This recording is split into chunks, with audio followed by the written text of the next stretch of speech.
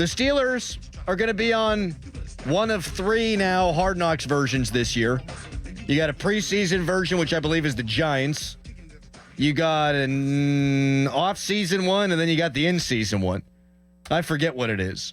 I should have been more prepared. But the Steelers will be on an AFC North edition of Hard Knocks starting on December 3rd. So you scroll down, you look at the Steelers' schedule.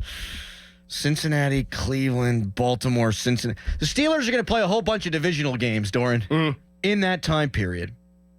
Coincidence or not? No. I don't think it's a coincidence, man. No. They knew what they were doing.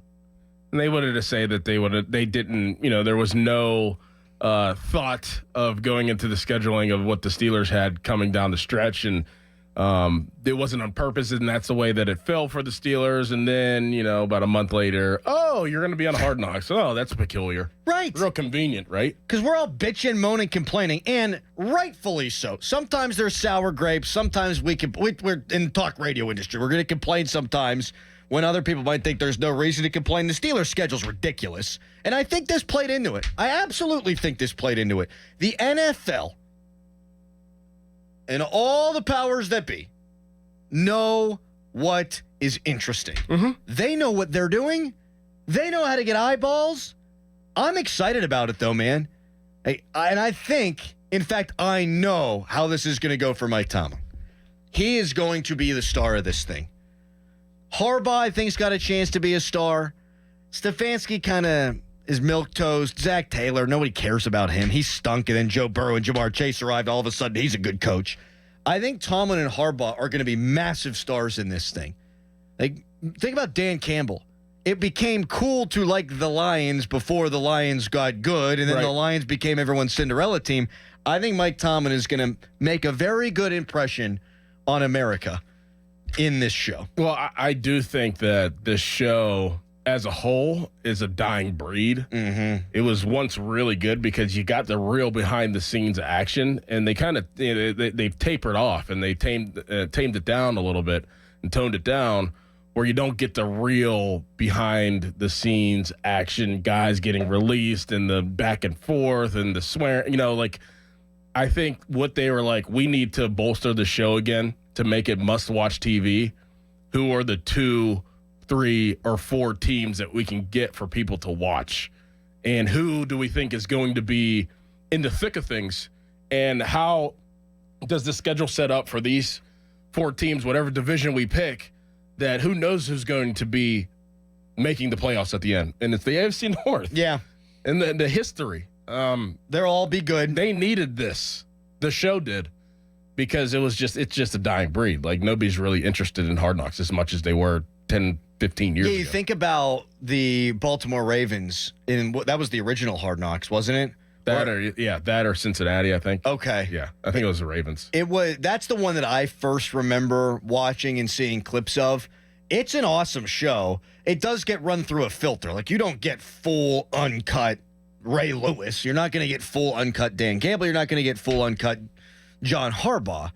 But Mike Tomlin will know the cameras are on him, and Mike Tomlin will put on a show. And the national media that already loves Mike Tomlin, it's going to go even further in that direction because he is impressive. I don't know that I want to drag the show to this place, but I will to prove a point here. You have a lot of people say, well, Mike Tomlin got hired because of the Rooney Rule, yada, yada. Mike Tomlin got hired because you sit in a room with that guy. I don't care if there's 90 football players, 53 football players, or 9 writers at D'Annunzio's training camp. Mike Tomlin is the center of attention because he is an incredibly impressive man. Mm-hmm. And he is thoughtful. He's a tremendous public speaker.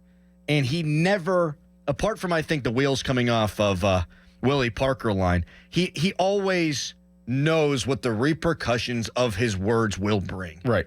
And so he is going to use that, and he is going to come off as the big star of the whole deal. And the national media that already fawns over Mike Tomlin's going to come out of this going, see, that's why we love the guy. And those are the best elements of Mike Tomlin. We can complain about the games. We can complain about Arizona and losing to New England and the Indianapolis game and how that went.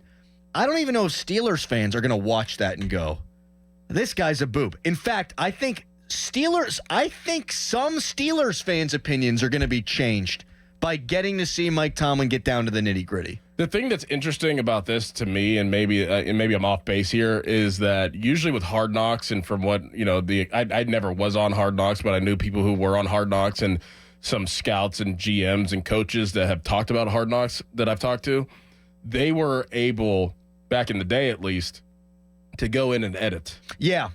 Like at least GMs were, or people of the, presidents, whoever, coaches were busy at the time, but I'm sure coaches, they would come across their desk, like what is going to be on the show and what they don't want on the show. I think they have final approval, yeah. But whenever you're doing it in December, you don't have that much time to do that. You're in the thick of the last quarter of an NFL season, trying to make the playoffs, and it starts and then it's aired.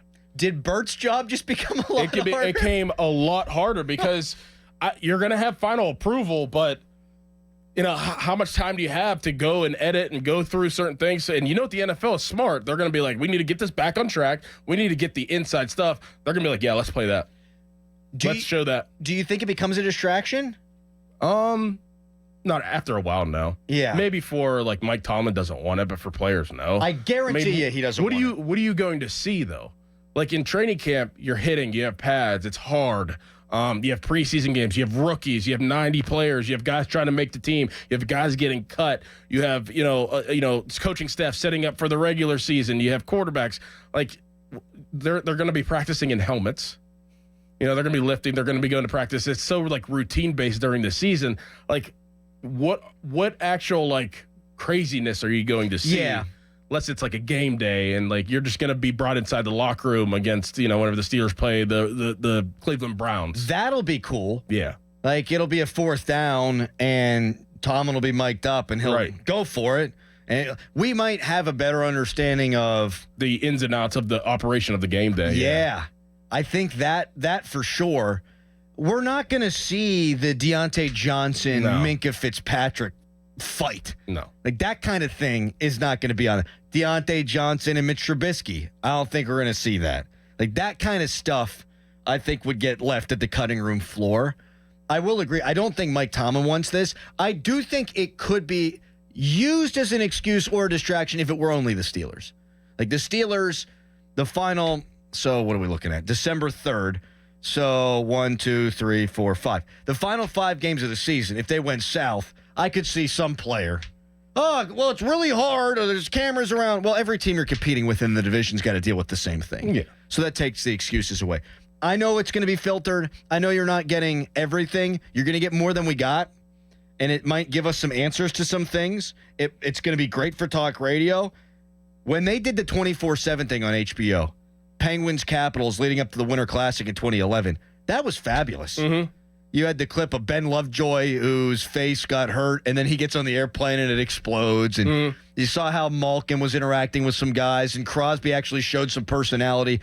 It'll be really, really cool. They'll follow certain players. Like, you ever watch like the boxing ones? Yeah. Like it was, Floyd Mayweather would be leading up to his fight, and this is the 24/7s, I think, and it shows just like him at his house and what he's doing. Like, they'll follow probably T.J. Watt. They'll probably follow.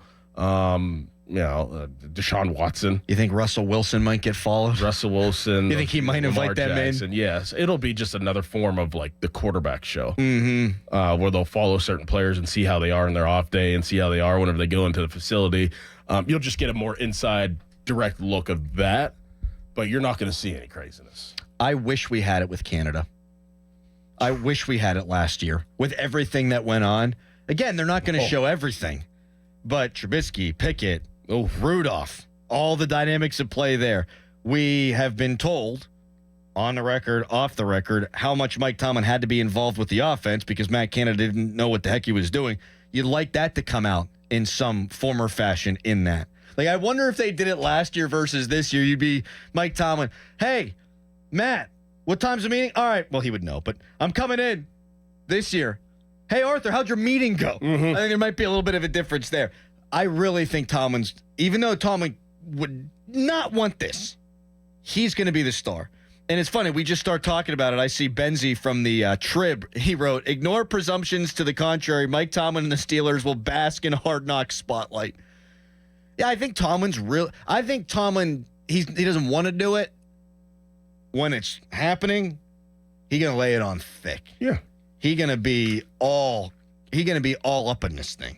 And I think he's going to look really good. I think Harbaugh's going to look really good. Those guys have personalities. I'm not so much sure the other coaches. I mean, even last year, too, real quick, I mean, if it was the AFC North, I mean, it wasn't just the Steelers that were going through turmoil. I mean, you had Joe Burrow being hurt and Cincinnati being out of it. You had the whole Cleveland deal with the quarterback spot and Joe Flacco. Like, that would have been some really good TV last year. And then Lamar Jackson making it, and they're going to follow it all the way through the playoffs from what I read.